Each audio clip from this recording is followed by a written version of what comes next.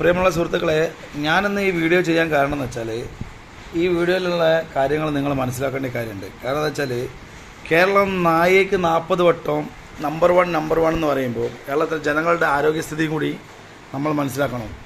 കാരണം എന്താ വെച്ചാൽ നമ്മുടെ കേരള ഗവൺമെൻറ് ചെയ്തു വെച്ച കുറേ ജനങ്ങളെ ദ്രോഹിക്കുന്ന പരിപാടികളാണ് ഞാനിന്ന് ഇവിടെ പറയുന്നത്. കാരണം വെച്ചാൽ എനിക്ക് വളരെ സങ്കടമുണ്ട്.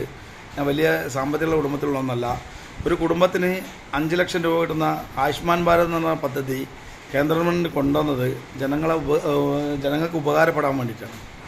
ഈ ഉപകാരപ്പെടാത്ത പരിപാടിയിലേക്കാണ് കേരള ഗവൺമെൻറ് പോകുന്നത്. കാരണം എന്താ വെച്ചാൽ ഒരു കുടുംബത്തിന് 5 ലക്ഷം രൂപ ആയുഷ്മാൻ ഭാരത് പദ്ധതി എന്ന് പറയുന്ന പദ്ധതി ഇവിടെ ആവിഷ്കരിച്ച് 2018 2018 മുതൽ ഇങ്ങോട്ട്, അതായത് 2023 വരെ ഉള്ള ഗഡുവായിട്ട് 600 കോടി രൂപ അടയ്ക്കാത്തതിൻ്റെ പേരിൽ കേരളത്തിലുള്ള ഒരുപാട് ഹോസ്പിറ്റലുകൾ, ഒരു ടൗണിൽ ഒരു 10 ഹോസ്പിറ്റലെങ്കിലും ഇന്നിപ്പം നമ്മളുടെ ആയുഷ്മാൻ ഭാരത് പദ്ധതിയിൽ നിന്ന് ഒഴിഞ്ഞു പോയിരിക്കുകയാണ്.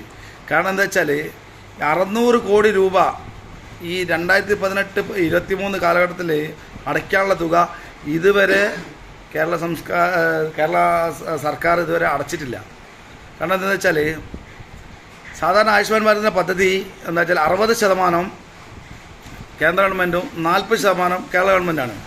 ഈ 60% കൊടുക്കുന്ന മറ്റുള്ള സംസ്ഥാനങ്ങളെല്ലാം ഈ 40% അടച്ചിട്ട് എല്ലാ ജനങ്ങൾക്കും ഉപകാരപ്പെടുന്ന രീതിയിൽ ഹോസ്പിറ്റലുകളും കാര്യങ്ങളും ഇതിലെന്തെല്ലാം ശസ്ത്രക്രിയ ചെയ്യാൻ നിങ്ങൾക്കറിയോ?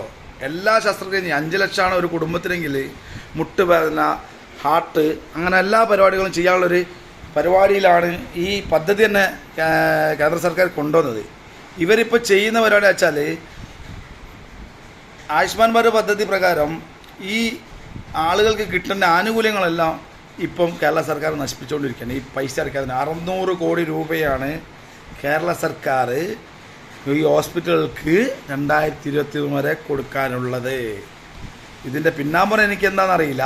പക്ഷേ ഇതിൻ്റെ കണക്ക് പ്രകാരം വരുന്ന ഒരു രീതി നോക്കുകയാണെങ്കിൽ ഒരു കുടുംബത്തിനെ ഒന്നായിട്ട് നശിപ്പിക്കുകയാണ് കേരള സർക്കാർ ചെയ്യുന്നത്. ഇവർ നമ്മളെ നയിക്കാൻ വന്നാണോ നമ്മളെ കൊല്ലാൻ വന്നാണോ എന്നുള്ളത് LDF സർക്കാരിനോട് തീർച്ചയായിട്ടും ജനങ്ങൾ ചോദ്യം ചെയ്യണം. കാരണം എന്താ വെച്ചാൽ ഇങ്ങനത്തെ ഒരു പദ്ധതി നമ്മളുടെ ജനങ്ങളെ കയ്യിൽ എത്തിച്ചിട്ട് അത് നമുക്ക് തരാതെ, നമുക്കത് പദ്ധതി പ്രകാരം നമുക്ക് ഈ ആനുകൂല്യങ്ങൾ കിട്ടാതെ ഇവരെന്തിനാണ് നമ്മളെ സംസ്ഥാനം ഭരിക്കാൻ നിൽക്കുന്നത്? എന്തെങ്കിലും ഒരു നേട്ടമുണ്ടോ ഇവരെ കൊണ്ട്? എന്താ നേട്ടമുള്ളത്? എന്താ നേട്ടം ഇവരെ കൊണ്ട് കിട്ടിയ നേട്ടങ്ങളൊന്ന് പറയൂ. ആർക്കെങ്കിലും ഒന്ന് പറയാണ്ട് എൻ്റെ ഇതിൽ കമൻറ്റ് ചെയ്തോളൂ, ഞാൻ ഇടുന്ന വീഡിയോയിൽ. ഇവരെ കൊണ്ട് ഒരു നേട്ടവും കിട്ടിയിട്ടില്ല. ഇവരൊക്കെ ചെയ്യുന്ന പരിപാടികൾ സ്വന്തമായിട്ട് കക്ക നക്ക മുക്ക എന്നുള്ള പരിപാടികൾ മാത്രമേ ചെയ്തിട്ടുള്ളൂ. ജനങ്ങൾക്ക് ഉപകാരപ്പെടുന്ന ഒരു പരിപാടി ഈ 9 കൊല്ലത്തിനിടയിൽ ഇവരാരെങ്കിലും ചെയ്തിട്ടുണ്ടെങ്കിൽ ഇതിൻ്റെ ബാക്കിൽ ഒന്ന് കമൻറ്റ് ചെയ്യണം.